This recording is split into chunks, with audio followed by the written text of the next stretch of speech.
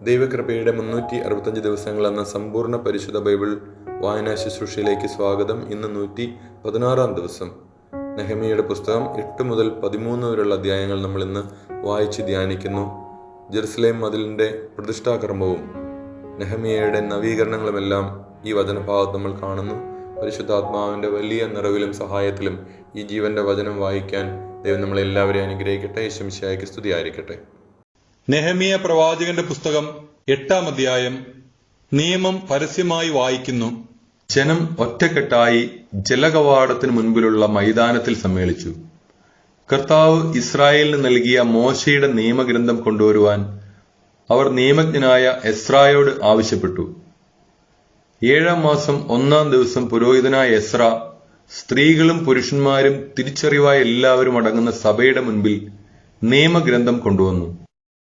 അവൻ ജലകവാടത്തിന് മുൻപിലുള്ള മൈതാനത്ത് നിന്നുകൊണ്ട് അതിരാവിലെ മുതൽ മധ്യാഹ്നം വരെ അവരുടെ മുമ്പിൽ അത് വായിച്ചു. ജനം ശ്രദ്ധാപൂർവം ശ്രവിച്ചു. പ്രത്യേകം നിർമ്മിച്ച തടി കൊണ്ടുള്ള പീഠത്തിലാണ് എസ്ര നിന്നത്. മത്തീത്തിയ, ഷേമ, അനായ, ഉറിയ, ഹിൽക്കായ, മാസയ എന്നിവർ അവന്റെ വലതുവശത്തും പെദായ, മിഷായേൽ, മൽക്കിയ, ഷഹൂം, ഷബദ്ദാന, സക്കറിയ, മെഷുല്ലാം എന്നിവർ ഇടതുവശത്തും നിന്നിരുന്നു.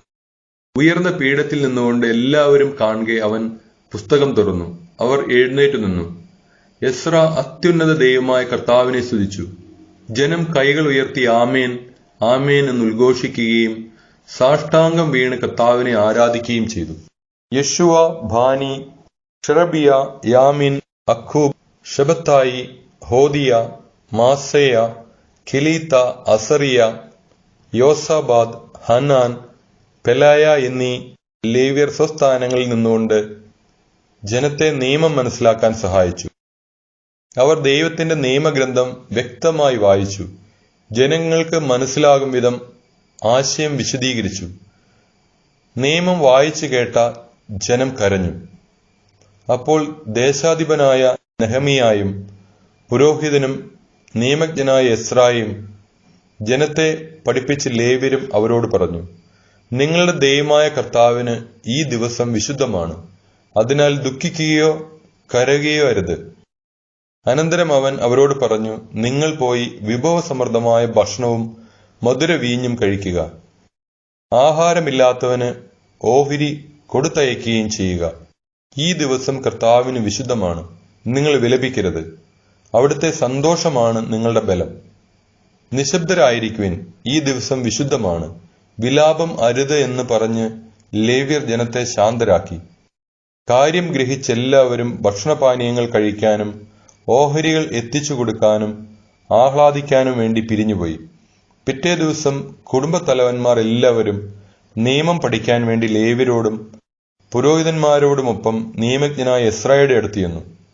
7-ാം മാസത്തിലെ ഉത്സവത്തിന് ഇസ്രായേലിയർ കൂടാരങ്ങളിൽ വസിക്കണമെന്നും കുന്നുകളിൽ ചെന്ന് ഒലിവ്, കാട്ടൊലിവ്, കൊളുന്ത്, ഈന്തപ്പന എന്നിവയുടെ ശാഖകൾ കൊണ്ടുവന്ന് എഴുതപ്പെട്ടിരിക്കുന്നത് പോലെ കൂടാരങ്ങൾ നിർമ്മിക്കുക എന്ന് തങ്ങളുടെ പട്ടണങ്ങളിലും ജെറുസലേമിലും പ്രഘോഷിച്ച് അറിയിക്കണമെന്നും കർത്താവ് മോശ വഴി നൽകിയ നിയമത്തിൽ എഴുതിയിരിക്കുന്നത് അവർ കണ്ടു. അവർ ചെന്ന് അവ കൊണ്ടുവരികയും തങ്ങളുടെ മേൽപ്പുരയിലും മുറ്റത്തും ദേവാലയ അങ്കണത്തിലും ജലകവാടത്തിനും എഫ്രായിം കവാടത്തിനും സമീപമുള്ള മൈതാനങ്ങളിലും കൂടാരങ്ങൾ നിർമ്മിക്കുകയും ചെയ്തു.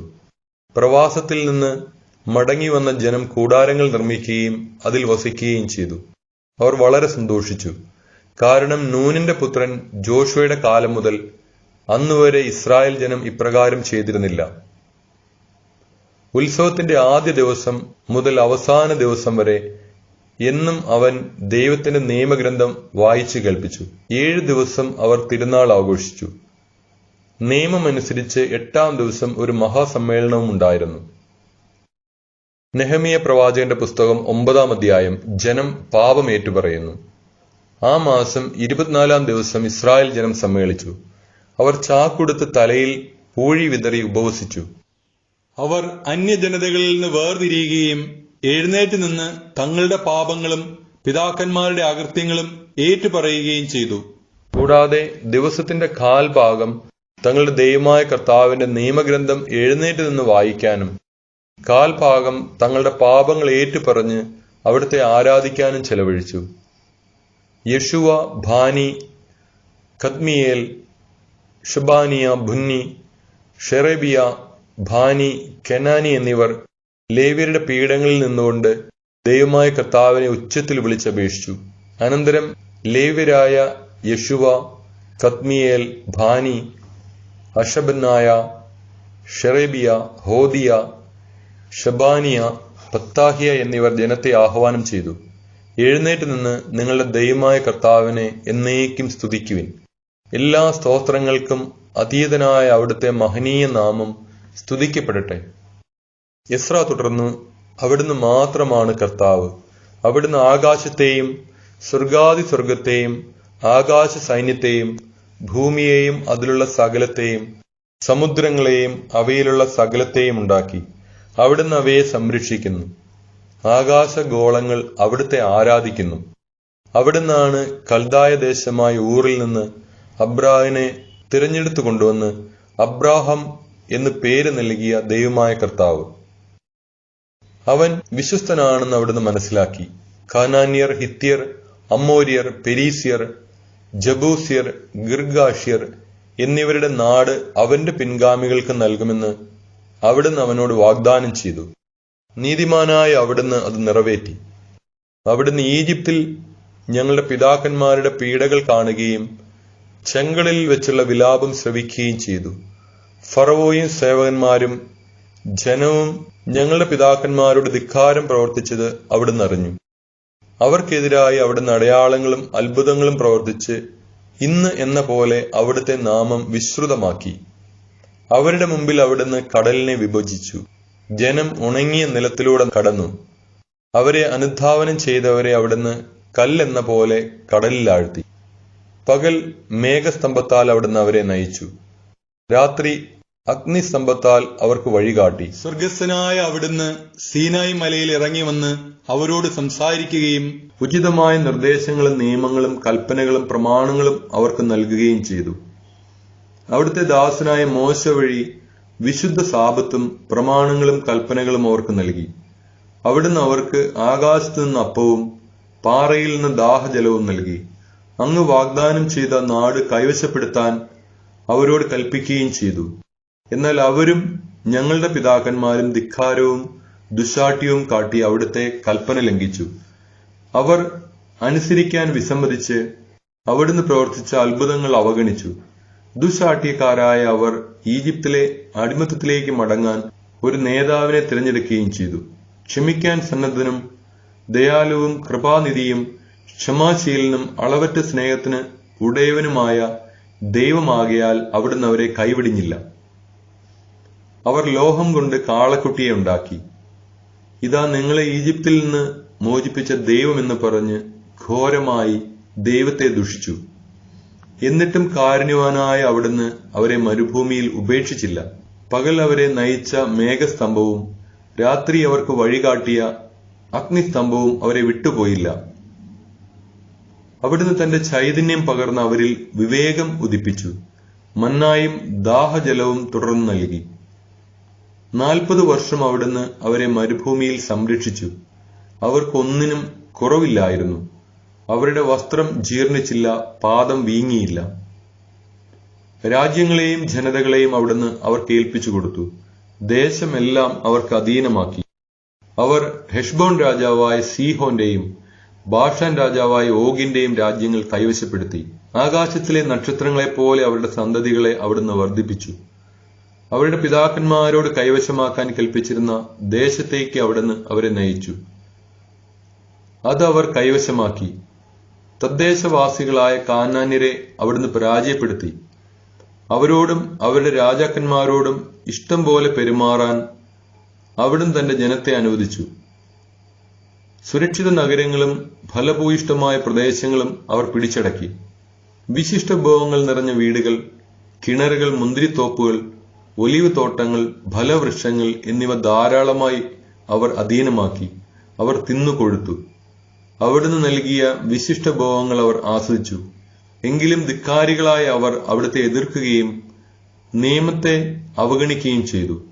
അങ്ങയുടെ അടുക്കിലേക്ക് മടങ്ങി വരാൻ ഉപദേശിച്ച അങ്ങയുടെ പ്രവാചകന്മാരെ വധിക്കുകയും അങ്ങയെ ആവർത്തിച്ച് നിന്ദിക്കുകയും ചെയ്തു.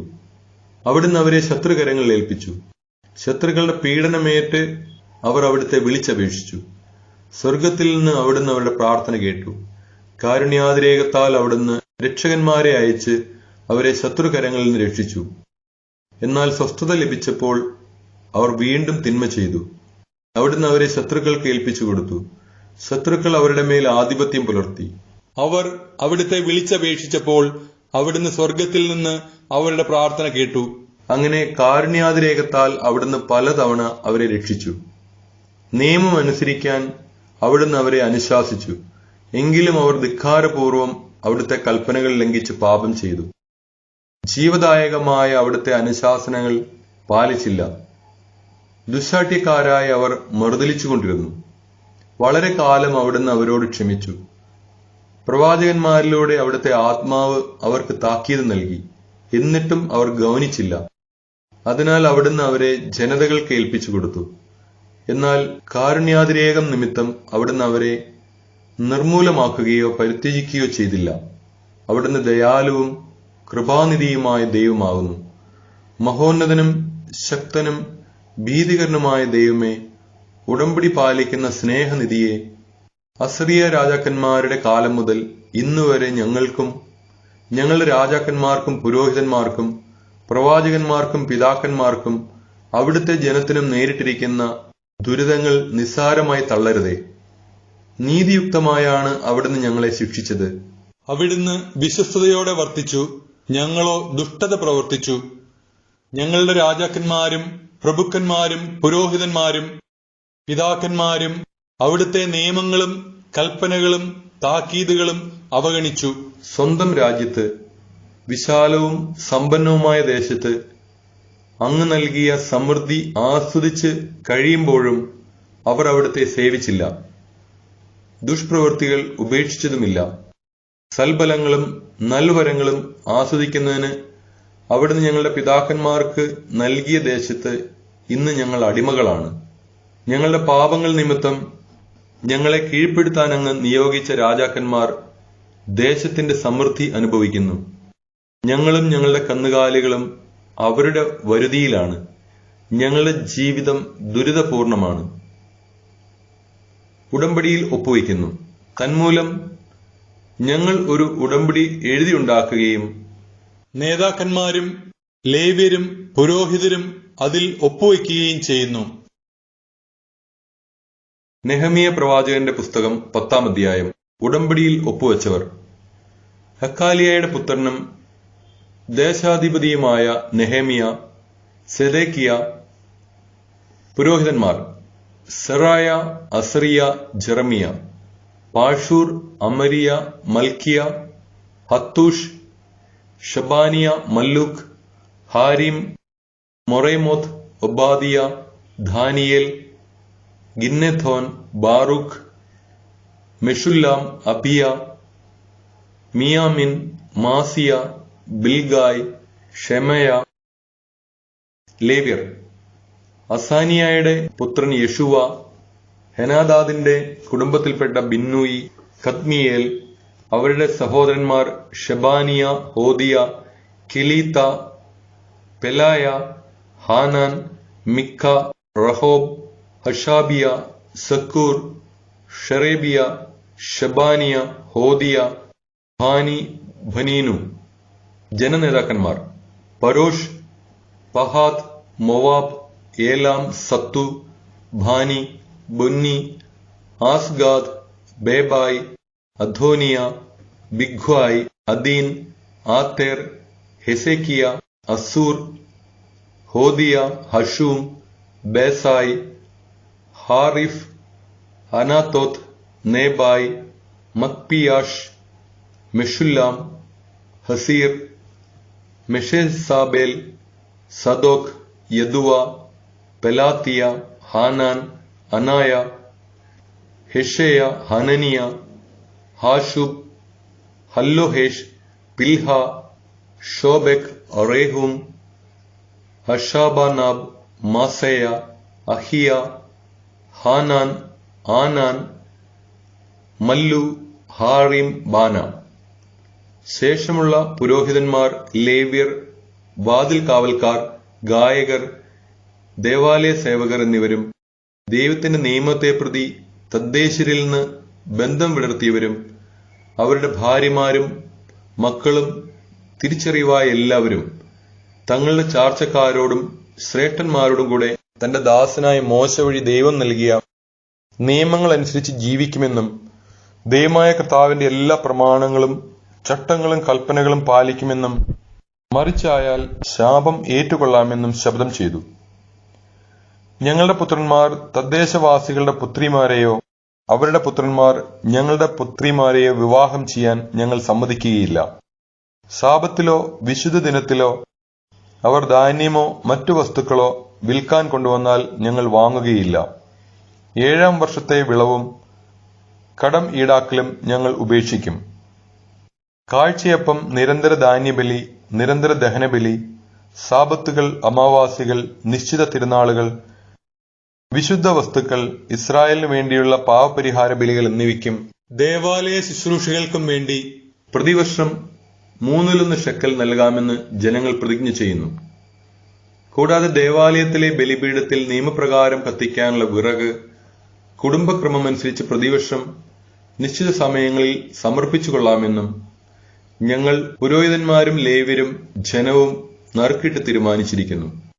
വയലിലെ ആദ്യ വിളവുകളും വൃക്ഷങ്ങളുടെ ആദ്യ ഫലങ്ങളും കർത്താവിന്റെ ആലയത്തിൽ സമർപ്പിക്കാമെന്നും ഞങ്ങളുടെ ആദ്യജാതന്മാരെയും മൃഗങ്ങളുടെ കടിഞ്ഞൂലുകളെയും ദേവാലയത്തിൽ ശുശ്രൂഷ ചെയ്യുന്ന പുരോഹിതന്മാരുടെ അടുത്ത നിയമപ്രകാരം കൊണ്ടുവന്നുകൊള്ളാമെന്നും പുതുധാന്യം കൊണ്ടുള്ള അപ്പവും വൃക്ഷഫലങ്ങൾ, വീഞ്ഞ്, എണ്ണ എന്നിവയുടെ ഓഹരികളും ദേവാലയത്തിൽ പുരോഹിതന്മാരുടെ മുറികളിൽ എത്തിച്ചുകൊള്ളാമെന്നും കാർഷിക വിളകളുടെ ദശാംശം ഉൾനാടൻ പട്ടണങ്ങളിൽ അവ ശേഖരിക്കുന്ന ലേവ്യരുടെ അടുത്ത് ഏൽപ്പിച്ചുകൊള്ളാമെന്നും ഞങ്ങൾ പ്രതിജ്ഞ ചെയ്യുന്നു.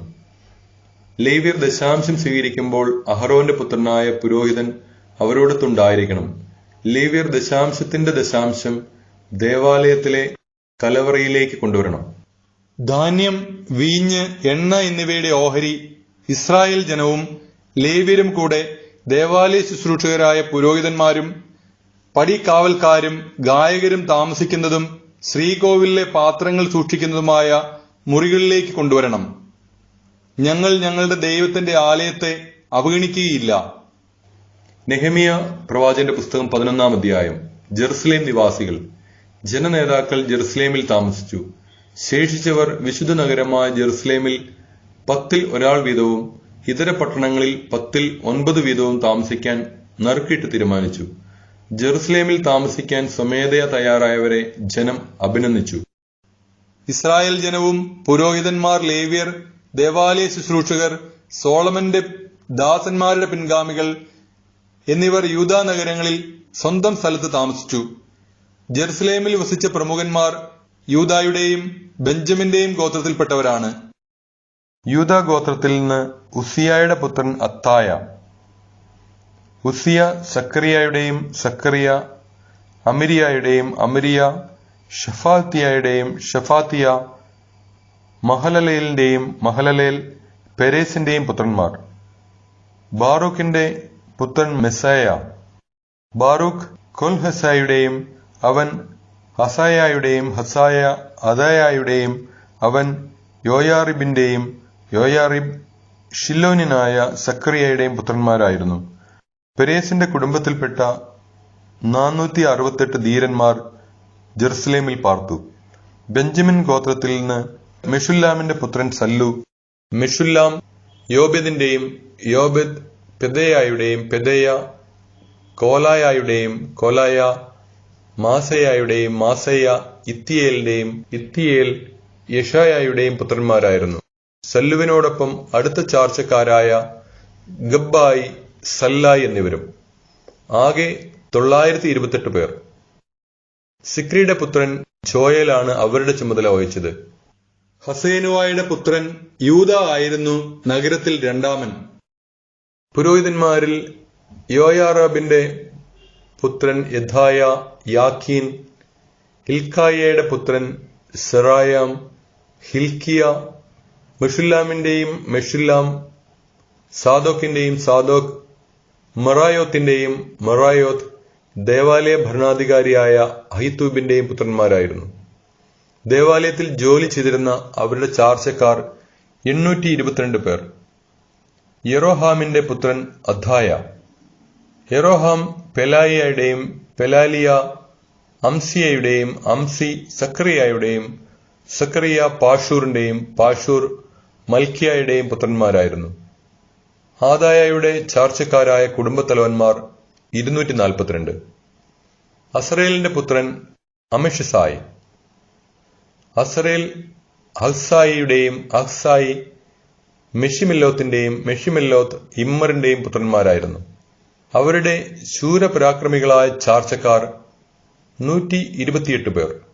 അവരുടെ നേതാവ് ഹഗദോലിന്റെ പുത്രൻ സബ്ദിയേലായിരുന്നു. ലേവ്യരിൽ നിന്ന് ഹാഷൂബിന്റെ പുത്രൻ ഷെമായ. ഹാഷൂബ് അസ്രിക്കാമിന്റെയും അസ്രിക്കാം ഹഷാബിയായുടെയും ഹഷാബിയ ബുന്നിയുടെയും പുത്രന്മാരായിരുന്നു. ദേവാലയത്തിനു പുറമെ ജോലികളുടെ മേൽനോട്ടം വഹിച്ചിരുന്നത് ലേവ്യ പ്രമുഖരായ ഷാബെഥിയായും യോസാബാദുമാകുന്നു. സ്തോത്ര പ്രാർത്ഥനയ്ക്ക് നേതൃത്വം വഹിച്ചിരുന്നത് ആസാഫിന്റെ പുത്രനായ സബ്ദിയുടെ പുത്രൻ മിൽക്കായുടെ പുത്രനായ മത്താനിയ. രണ്ടാമൻ ബക്ബുക്കിയ. യഥുധൂനിന്റെ പുത്രനായ ഗലാലിന്റെ പുത്രൻ ഷമ്മുവായുടെ പുത്രനായ അബ്ദ. വിശുദ്ധ നഗരത്തിലാകെ ലേവ്യർ 284. വാതിൽ കാവൽക്കാരായ അക്കൂബും തൽമോനും അവരുടെ ചാർച്ചക്കാരും കൂടി 172 പേർ. ബാക്കിയുള്ള ഇസ്രായേൽ ജനവും പുരോഹിതന്മാരും ലേവ്യരും യൂദാ നഗരങ്ങളിൽ താന്താങ്ങളുടെ അവകാശ ഭൂമികളിൽ താമസിച്ചു. എന്നാൽ ദേവാലയ ശുശ്രൂഷകർ ഓഫേലിൽ താമസിച്ചു. സീഹായും ഗിഷ്പായും അവരുടെ മേൽനോട്ടം വഹിച്ചു. ബാനിയുടെ പുത്രനായ ഉസിയാണ് ജെറുസലേമിലെ ലേവ്യരുടെ മേൽനോട്ടം വഹിച്ചത്. ബാനി ഹഷാബിയായുടെയും ഹഷാബിയ മത്താനിയായുടെയും മത്താനിയ ദേവാലയത്തിൽ ഗാന ശുശ്രൂഷ നടത്തിയിരുന്ന ആസാഫിന്റെ കുടുംബത്തിൽപ്പെട്ട മിക്കായുടെയും പുത്രന്മാരായിരുന്നു. ദേവാലയത്തിൽ ദിവസം തോറുമുള്ള ഗാന ശുശ്രൂഷകരുടെ തവണ ഓരോ ഗണത്തിനും രാജാവ് നിശ്ചയിച്ചു കൊടുത്തു. യൂദായുടെ പുത്രനായ സേറായുടെ പുത്രൻ മെഷിസാബേലിന്റെ പുത്രനായ പെത്താഹിയ ജനത്തെ സംബന്ധിക്കുന്ന എല്ലാ കാര്യങ്ങളിലും രാജാവിന്റെ ഉപദേഷ്ടാവായിരുന്നു. യൂദായിൽപ്പെട്ട ചിലർ കിരിയാത്ത് അർബ, ദിബോൺ, യക്കാബ്സേൽ എന്നീ നഗരങ്ങൾ, അവയുടെ ഗ്രാമങ്ങൾ, യെശുവ, മൊളാദ, ബത്പലേത്ത്, ഹസാർ ഷുവാൽ, ബേർഷേബ അതിന്റെ ഗ്രാമങ്ങൾ, സിഗ്ലാഗ്, മെക്കോന അതിന്റെ ഗ്രാമങ്ങൾ, എൻറിമോൻ, സോറ, യാർമുത്ത്, സനോവ, അദ്ദുല്ലാം എന്നീ പട്ടണങ്ങൾ, അവയുടെ ഗ്രാമങ്ങൾ, ലാക്കീഷ് അതിന്റെ വയലുകൾ, അസേക്ക അതിന്റെ ഗ്രാമങ്ങൾ എന്നിവിടങ്ങളിൽ വസിച്ചു. അങ്ങനെ അവർ ബർഷേബ മുതൽ ഹിന്നോം താഴ്വര വരെ വാസമുറപ്പിച്ചു. ബെഞ്ചമിൻ ഗോത്രജർ ഖേബ, മിക്മാഷ്, അയ്യ, ബത്തേൽ അതിന്റെ ഗ്രാമങ്ങൾ, അനാത്തോത്ത്, നോബ്, അനാനിയ, ഹാസോർ, റാമ, ഗിത്തായിം, ഹദീദ്, സെബോയിം, നെബല്ലാത്ത്, ലോദ്, ശില്പികളുടെ താഴ്വരയായ ഓനോ എന്നിവിടങ്ങളിൽ പാർത്തു. യൂദായിലെ ചില ലേവ്യഗണങ്ങൾ ബെഞ്ചമിനോട് ചേർന്നു. നെഹെമിയ പ്രവാചകന്റെ പുസ്തകം 12-ാം അധ്യായം. പുരോഹിതന്മാരിൽ ലേവ്യരും. ഷെയാൽത്തിയേലിന്റെ പുത്രൻ സെറുബാബേലിനോടും യെശുവായോടും കൂടെ വന്ന പുരോഹിതന്മാരും ലേവ്യരും സെറായ, ജെറമിയ, എസ്ര, അമരിയ, മല്ലൂക്ക്, ഹത്തൂഷ്, ഷെഖാനിയ, റഹൂം, മെറേമോദ്, ഇദ്ദോ, ഗിന്നെത്തോയ്, അബിയ, മിയാമിൻ, മാദിയ, ബിൽഗ, ഷമായ, യോയാറിബ്, യദായ, സല്ലു, ആമോക്, ഹിൽക്കിയ, യെദയ. യെശുവയുടെ കാലത്തെ പുരോഹിതന്മാരുടെയും അവരുടെ സഹോദരന്മാരുടെയും നേതാക്കന്മാർ ഇവരായിരുന്നു.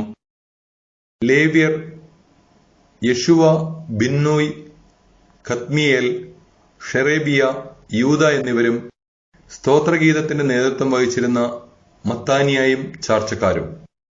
അവരുടെ സഹോദരന്മാരായ ബക്ബുക്കിയായും ഇന്നോയും അവർക്ക് അഭിമുഖമായി നിന്ന് ഗാനശുശ്രൂഷയിൽ പങ്കുകൊണ്ടു. യശുവ യോയാക്കിമിന്റെയും, യോയാക്കിം എലിയാഷിബിന്റെയും, എലിയാഷിബ് യോയാദായുടെയും, യോയാദ ജോനാഥാന്റെയും, ജോനാഥാൻ യദുവായുടെയും പിതാവായിരുന്നു. യോയാക്കിമിന്റെ കാലത്തെ കുടുംബത്തലവന്മാരായ പുരോഹിതന്മാർ: സെറയ കുടുംബത്തിൽ മൊറായ, ജെറമിയ കുടുംബത്തിൽ ഹനനിയ, എസ്ര കുടുംബത്തിൽ മെഷുല്ലാം, അമരിയ കുടുംബത്തിൽ യഹോഹനാൻ, മല്ലുക്കി കുടുംബത്തിൽ ജോനാഥൻ, ഷബാനിയ കുടുംബത്തിൽ ജോസഫ്, ഹാറിം കുടുംബത്തിൽ അദ്ന, മെറയോത്ത് കുടുംബത്തിൽ ഹെൽക്കായ്, ഇദ്ദോ കുടുംബത്തിൽ സക്കറിയ, ഗിന്നഥോൻ കുടുംബത്തിൽ മെഷുല്ലാം, അബിയ കുടുംബത്തിൽ സിക്രി, മിനിയാമിൻ മൊവാദിയ കുടുംബത്തിൽ പിൽത്തായ്, ബിൽഗ കുടുംബത്തിൽ ഷമുവ, ഷമായ കുടുംബത്തിൽ യഹോനാഥൻ, യോയാബി കുടുംബത്തിൽ മത്തനായി, യദായ കുടുംബത്തിൽ ഉസി, സല്ലായ് കുടുംബത്തിൽ കല്ലായ്, അമ്മോ കുടുംബത്തിൽ ഏബർ, ഹിൽക്കിയ കുടുംബത്തിൽ ഹഷാബിയ, യദായ കുടുംബത്തിൽ നെത്തനേൽ, എലിയാഷിബ്, യോയാദ, യോഹന്നാൻ, യദുവ എന്നിവരുടെ കാലത്ത് ലേവ്യരുടെയും പേർഷ്യ രാജാവായ ദാരിയൂസിന്റെയും കാലം വരെ പുരോഹിതന്മാരുടെയും കുടുംബത്തലവന്മാരുടെയും പേര് വിവരം രേഖപ്പെടുത്തിയിരിക്കുന്നു. എലിയാഷിബിന്റെ പുത്രൻ യോഹനാന്റെ കാലം വരെ ദിനവൃത്താന്ത ഗ്രന്ഥത്തിൽ ലേവി കുടുംബത്തലവന്മാരുടെ പേരുകൾ രേഖപ്പെടുത്തിയിരിക്കുന്നു. ഹഷാബിയ, ഷെറേബിയ, കദ്മിയേലിന്റെ പുത്രൻ യശുവ എന്നിവർ തങ്ങൾക്ക് അഭിമുഖമായി നിന്ന് സഹോദരന്മാരോടൊത്ത് ദൈവപുരുഷനായ ദാവീദിന്റെ കൽപ്പനയനുസരിച്ചുള്ള സ്തുതിയും കൃതജ്ഞതയും യാമം തോറും ദൈവത്തിനർപ്പിച്ചു. മത്താനിയ, ബക്ബുക്കിയ, ഒബാദിയ, മെഷുല്ലാം, തൽമോൻ, അക്കൂബ് എന്നിവരായിരുന്നു പടിവാതിൽക്കലുള്ള കലവറകളുടെ സംരക്ഷകരും കാവൽക്കാരും. ഇവർ യോസദാക്കിന്റെ പുത്രൻ യശുവയുടെ പുത്രൻ യോയാക്കിമിന്റെയും ദേശാധിപനായ നെഹമിയായുടെയും നിയമജ്ഞനും പുരോഹിതനുമായ എസ്രായിയുടെയും സമകാലികരായിരുന്നു. മതിലിന്റെ പ്രതിഷ്ഠ: ജെറുസലേം മതിലിന്റെ പ്രതിഷ്ഠാകർമ്മം കൈത്താളം, വീണ, കിന്നരം എന്നിവയോടുകൂടെ സ്തോത്രഗാനങ്ങൾ ആലപിച്ച് ആഘോഷിക്കാൻ എല്ലായിടങ്ങളിൽ നിന്ന് ലേവ്യരെ വരുത്തി. നെത്താഫ്യാത്യരുടെ ഗ്രാമങ്ങളിൽ നിന്നും ജെറുസലേമിന്റെ പ്രാന്തങ്ങളിൽ നിന്നും ബത്ത് ഗിൽഗാൽ, ഖേബ, അസ്മാവെത്ത് എന്നിവിടങ്ങളിൽ നിന്നും ഗായകർ വന്നു ചേർന്നു. അവർ ജെറുസലേമിന് ചുറ്റും ഗ്രാമങ്ങൾ നിർമ്മിച്ചു. പുരോഹിതന്മാരിൽ ലേവ്യരും തങ്ങളെ തന്നെയും ജനത്തെയും കവാടങ്ങൾ, മതിൽ എന്നിവയെയും ശുദ്ധീകരിച്ചു. അനന്തരം ഞാൻ യൂദായിലെ പ്രഭുക്കന്മാരെ മതിലിന്റെ മുകളിലേക്ക് ആനയിക്കുകയും കൃതജ്ഞതാസ്തോത്രങ്ങളോടെ ഘോഷയാത്ര നടത്തുന്നതിന് 2 വലിയ ഗായക ഗണങ്ങളെ നിയോഗിക്കുകയും ചെയ്തു. ഒരു ഗണം മതിലിന് മുകളിലൂടെ വലത്തോട്ട് ചവറ്റുവാതിൽ വരെ പോയി. അവരുടെ പിന്നാലെ ഹോഷയായും യൂദാ പ്രഭുക്കളിൽ പകുതിയും, അസറിയ, എസ്ര, മെഷുല്ലാം, യൂദ, ബെഞ്ചമിൻ, ഷമായ, ജെറമിയ എന്നിവരും. കാഹളമൂതിക്കൊണ്ട് പുരോഹിത പ്രമുഖന്മാരിൽ ചിലരും നടന്നു. ജോനാഥാന്റെ പുത്രൻ സക്കറിയായും, ജോനാഥാൻ ഷെമയായുടെയും, ഷെമയ മത്താനിയായുടെയും, മത്താനിയ മിക്കായയുടെയും, മിക്കായ സക്കൂറിന്റെയും, സക്കൂർ ആസാഫിന്റെയും പുത്രന്മാരായിരുന്നു. അവന്റെ സഹോദരന്മാരായ ഷെമയ, അസറേൽ, മിലാലായി, ഗിലാലായി, മായി, നത്തനേൽ, യൂദ, ഹനാനി എന്നിവരും ദൈവപുരുഷനായ ദാവീദിന്റെ വാദ്യോപകരണങ്ങൾ വഹിച്ചുകൊണ്ട് നടന്നു. നിയമജ്ഞനായ എസ്ര അവരുടെ മുമ്പിൽ നടന്നു. ഈ സംഘം ഉറവവാതിൽ കടന്ന് ദാവീദിന്റെ നഗരത്തിലേക്കുള്ള നടകൾ കയറി അവന്റെ കൊട്ടാരത്തിന്റെ പാർശ്വത്തിലുള്ള കയറ്റത്തിലൂടെ പോയി കിഴക്ക് ജലകവാടത്തിലെത്തി.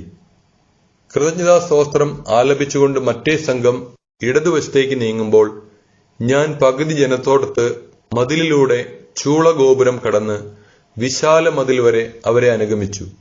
അവർ എഫ്രായിം കവാടവും പ്രാചീന കവാടവും മത്സ്യ കവാടവും ഹനാനേൽ ഗോപുരവും ശതഗോപുരവും അജകവാടവും പിന്നിട്ട് കാവൽപുരയ്ക്ക് അടുത്തുള്ള കവാടത്തങ്കിൽ എത്തി നിന്നു.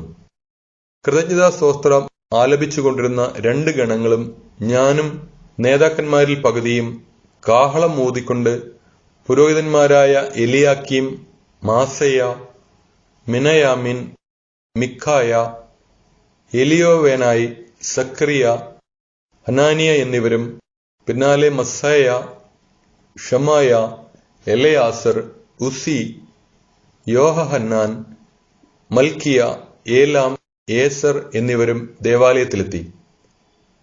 എസ്രഹിയായുടെ നേതൃത്വത്തിൽ ഗായകർ ഗാനം ആലപിച്ചു. അന്നവർ അനേകം ബലികൾ അർപ്പിക്കുകയും ആനന്ദിക്കുകയും ചെയ്തു. വലിയ ആഹ്ലാദത്തിന് ദൈവം അവർക്ക് ഇട നൽകി. സ്ത്രീകളും കുട്ടികളും അതിൽ പങ്കുചേർന്നു. ജെറുസലേമിന്റെ ആഹ്ലാദ തിമിർപ്പുകൾ അകലെ കേൾക്കാമായിരുന്നു. പുരോഹിതന്മാർക്കും ലേവ്യർക്കും പട്ടണങ്ങളോട് ചേർന്നുള്ള വയലുകളിൽ നിന്ന് നിയമപ്രകാരം ലഭിക്കേണ്ട സംഭാവനകളും ആദ്യഫലങ്ങളും ദശാംശങ്ങളും സംഭരിച്ച് കലവറകളിൽ സൂക്ഷിക്കാൻ ആളുകളെ അന്ന് നിയോഗിച്ചു. ദേവാലയ ശുശ്രൂഷകരായ പുരോഹിതന്മാരിലും ലേവ്യരിലും യൂദാജനം സംപ്രീതരായിരുന്നു. അവർ ദൈവത്തിന്റെ ശുശ്രൂഷയും ശുദ്ധീകരണ ശുശ്രൂഷയും അനുഷ്ഠിച്ചിരുന്നു. ദാവീദിന്റെയും പുത്രൻ സോളമന്റെയും അനുശാസനമനുസരിച്ച് ഗായകന്മാരും വാതിൽ കാവൽക്കാരും തങ്ങളുടെ കർത്തവ്യം നിർവഹിച്ചു. പണ്ട് ദാവീദിന്റെയും ആസാഫിന്റെയും കാലത്ത് ഗായകന്മാർക്ക് നേതാവുണ്ടായിരുന്നു. സ്തുതിയുടെയും കൃതജ്ഞതയുടെയും ഗാനങ്ങൾ ദൈവസന്നിധിയിൽ അവർ ആലപിച്ചിരുന്നു. സെറുബാബേലിന്റെയും നെഹമിയായുടെയും കാലത്ത് ഇസ്രായേൽ ജനം ഗായകന്മാർക്കും വാതിൽ കാവൽക്കാർക്കും ദിവസേന വിഹിതം നൽകിയിരുന്നു. ലേവ്യർക്കും വിഹിതം കൊടുത്തിരുന്നു. ലേവ്യർ അഹറോന്റെ പുത്രന്മാർക്കുള്ള ഓഹരി നീക്കിവെക്കുകയും ചെയ്തിരുന്നു. നെഹമിയ പ്രവാചകന്റെ പുസ്തകം 13-ാം അധ്യായം. നെഹമിയായുടെ നവീകരണങ്ങൾ. ആ ദിവസം ജനം കേൾക്കെ മോശയുടെ നിയമഗ്രന്ഥത്തിൽ നിന്ന് അവർ വായിച്ചു. അതിൽ ഇങ്ങനെ എഴുതിയിരുന്നു: അമ്മോന്യരെയും മൊവാബിരെയും ദൈവത്തിന്റെ സഭയിൽ പ്രവേശിപ്പിക്കരുത്. ഇസ്രായേൽ ജനത്തെ അപ്പവും വെള്ളവും കൊടുത്ത് സ്വീകരിക്കുന്നതിന് പകരം അവരെ ശപിക്കാൻ ബാലാമിനെ കൂലിക്കെടുത്തവരാണവർ. എന്നാൽ ദൈവം ആ ശാപത്തെ അനുഗ്രഹമായി മാറ്റി. നിയമം വായിച്ചു കേട്ട ജനം അന്യജനതകളെ ഇസ്രായേലിൽ നിന്ന് അകറ്റി. എന്നാൽ ഇതിനു മുൻപ് പുരോഹിതനും തോബിയായുടെ സുഹൃത്തും ദേവാലയ മുറികളുടെ ചുമതലക്കാരനുമായ എലിയാഷിബ് തോബിയായ്ക്ക് വേണ്ടി ഒരു വലിയ മുറി സജ്ജമാക്കി. അതിലാണ് ധാന്യബലിക്കുള്ള വസ്തുക്കളും കുന്തുരുക്കവും പാത്രങ്ങളും ലേവ്യർ, ഗായകർ, കാവൽക്കാർ എന്നിവർക്ക് കൽപ്പനപ്രകാരം നൽകിയിരുന്ന ധാന്യം, വീഞ്ഞ്, എണ്ണ എന്നിവയുടെ ദശാംശവും പുരോഹിതന്മാർക്കുള്ള സംഭാവനകളും മുൻപ് സൂക്ഷിച്ചിരുന്നത്. ഈ സമയത്ത് ഞാൻ ജെറുസലേമിൽ ഉണ്ടായിരുന്നില്ല.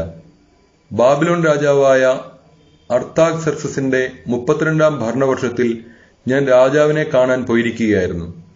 കുറച്ചുകാലം കഴിഞ്ഞ് ഞാൻ രാജാവിനോട് വിടവാങ്ങി ജെറുസലേമിൽ തിരിച്ചെത്തി. എലിയാഷിബ് ദേവാലയ അങ്കണത്തിൽ തോബിയായ്ക്ക് വേണ്ടി ഒരു മുറി സജ്ജമാക്കുക എന്ന ഹീനകൃത്യം ചെയ്തിരിക്കുന്നത് ഞാൻ കണ്ടു. കോപിഷ്ഠനായ ഞാൻ തോബിയായുടെ ഗ്രഹോപകരണങ്ങൾ പുറത്തെറിഞ്ഞു. മുറിയുടെ ശുദ്ധീകരണ കർമ്മം നിർവഹിക്കാൻ ഞാൻ ആജ്ഞാപിച്ചു. ദേവാലയത്തിലെ പാത്രങ്ങളും ധാന്യബലിക്കുള്ള വസ്തുക്കളും കുന്തുരുക്കവും അതിൽ തിരിച്ചു കൊണ്ടുവന്നു വെച്ചു.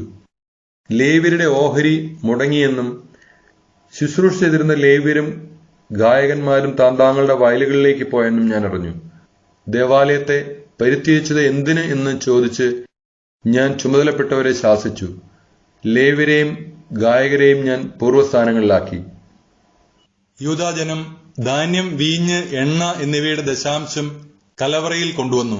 സംഭരണശാലകളുടെ സൂക്ഷിപ്പുകാരായി പുരോഹിതൻ ഷെലമിയായെയും നിയമജ്ഞൻ സാദോക്കിനെയും ലേവ്യനായ പെദായയെയും അവർക്ക് സഹായത്തിന് സക്കൂറിന്റെ മകനും മത്താനിയായുടെ പൗത്രനുമായ ഹനാനെയെയും ഞാൻ നിയമിച്ചു. അവർ വിശ്വസ്തരായി പരിഗണിക്കപ്പെട്ടിരുന്നു. തങ്ങളുടെ സഹോദരന്മാർക്ക് അവരുടെ ഓഹരി നൽകുകയായിരുന്നു അവരുടെ ചുമതല. എന്റെ ദൈവമേ, ഈ പ്രവൃത്തി മൂലം എന്നെ സ്മരിക്കണമേ. എന്റെ ദൈവത്തിന്റെ ആലയത്തിനും അങ്ങയുടെ ശുശ്രൂഷയ്ക്കും വേണ്ടി ഞാൻ ചെയ്തിട്ടുള്ള സൽകൃത്യങ്ങൾ അങ്ങ് മറക്കരുതേ. അക്കാലത്ത് യൂദാജനം സാപത്തിൽ മുന്തിരിച്ചക്ക ആട്ടുന്നതും ധാന്യക്കറ്റ കഴുതപ്പുറത്ത് കയറ്റുന്നതും ജെറുസലേമിലേക്ക് വീഞ്ഞ്, മുന്തിരി, അത്തിപ്പഴം എന്നിവയും മറ്റു ചുമടുകളും കൊണ്ടുവരുന്നതും ഞാൻ കണ്ടു. അവ വിൽക്കുന്നവരെ ഞാൻ ശാസിച്ചു. ടയറിൽ നിന്ന് വന്ന് ജെറുസലേമിൽ വസിച്ചിരുന്ന ആളുകൾ സാബത്തിൽ യൂദായിലെയും ജെറുസലേമിലെയും ജനത്തിനു വേണ്ടി മത്സ്യവും മറ്റു സാധനങ്ങളും കൊണ്ടുവന്ന് വിറ്റിരുന്നു. യൂദായിലെ പ്രമുഖന്മാരെ ഞാൻ കുറ്റപ്പെടുത്തി. സാബത്ത് ദിനത്തെ അശുദ്ധമാക്കി എത്ര വലിയ തിന്മയാണ് നിങ്ങൾ ചെയ്യുന്നത്. നിങ്ങളുടെ പിതാക്കന്മാർ ഇങ്ങനെ ചെയ്തതുകൊണ്ടല്ലേ നമ്മുടെ ദൈവം നമുക്കും നമ്മുടെ നഗരത്തിനും ഈ ദുരിതം വരുത്തിയത്. എന്നിട്ടും സാബത്ത് അശുദ്ധമാക്കി നിങ്ങൾ ഇസ്രായേലിന്റെ മേൽ പൂർവോപരി ക്രോധം വിളിച്ചു വരുത്തുന്നു. സാബത്തിന് മുൻപ് ഇരുട്ട് വ്യാപിക്കാൻ തുടങ്ങുമ്പോൾ ജെറുസലേമിന്റെ കവാടങ്ങൾ അടയ്ക്കണമെന്നും സാബത്ത് കഴിയുന്നതുവരെ തുറക്കരുതെന്നും ഞാൻ നിർദ്ദേശിച്ചു. സാബത്ത് ദിവസം കവാടങ്ങളിലൂടെ ചുമട് കൊണ്ടുവരാതിരിക്കാൻ ദാസന്മാരെ ഞാൻ കാവൽ നിർത്തി. കച്ചവടക്കാർക്കും എല്ലാവിധ വ്യാപാരികൾക്കും ജെറുസലേമിന് വെളിയിൽ 1-2 പ്രാവശ്യം താമസിക്കേണ്ടി വന്നു. അപ്പോൾ ഞാൻ അവരെ ശാസിച്ചു, നിങ്ങൾ എന്താണ് മതിലിന് മുൻപിൽ താമസിക്കുന്നത്?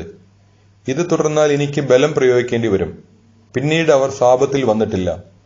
സാബത്ത് ദിവസം വിശുദ്ധമായി ആചരിക്കേണ്ടതിന് തങ്ങളെ തന്നെ ശുദ്ധീകരിക്കുകയും കവാടങ്ങൾ കാത്തു സൂക്ഷിക്കുകയും ചെയ്യാൻ ലേവ്യരോട് ഞാൻ കൽപ്പിച്ചു.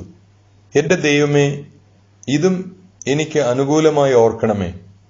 അങ്ങയുടെ അനശ്വര സ്നേഹത്തിന്റെ മഹത്വത്തിനൊത്ത് എന്നെ രക്ഷിക്കണമേ. ഇക്കാലത്ത് അഷ്ദോദ്, അമ്മോൻ, മൊവാബ് എന്നീ ദേശങ്ങളിലെ സ്ത്രീകളെ വിവാഹം ചെയ്ത യഹൂദരെ ഞാൻ കണ്ടു. അവരുടെ സന്താനങ്ങളിൽ പകുതി പേരും അഷ്ദോദ് ഭാഷയാണ് സംസാരിച്ചിരുന്നത്. യൂദായുടെ ഭാഷ സംസാരിക്കാൻ അവർക്ക് കഴിഞ്ഞില്ല.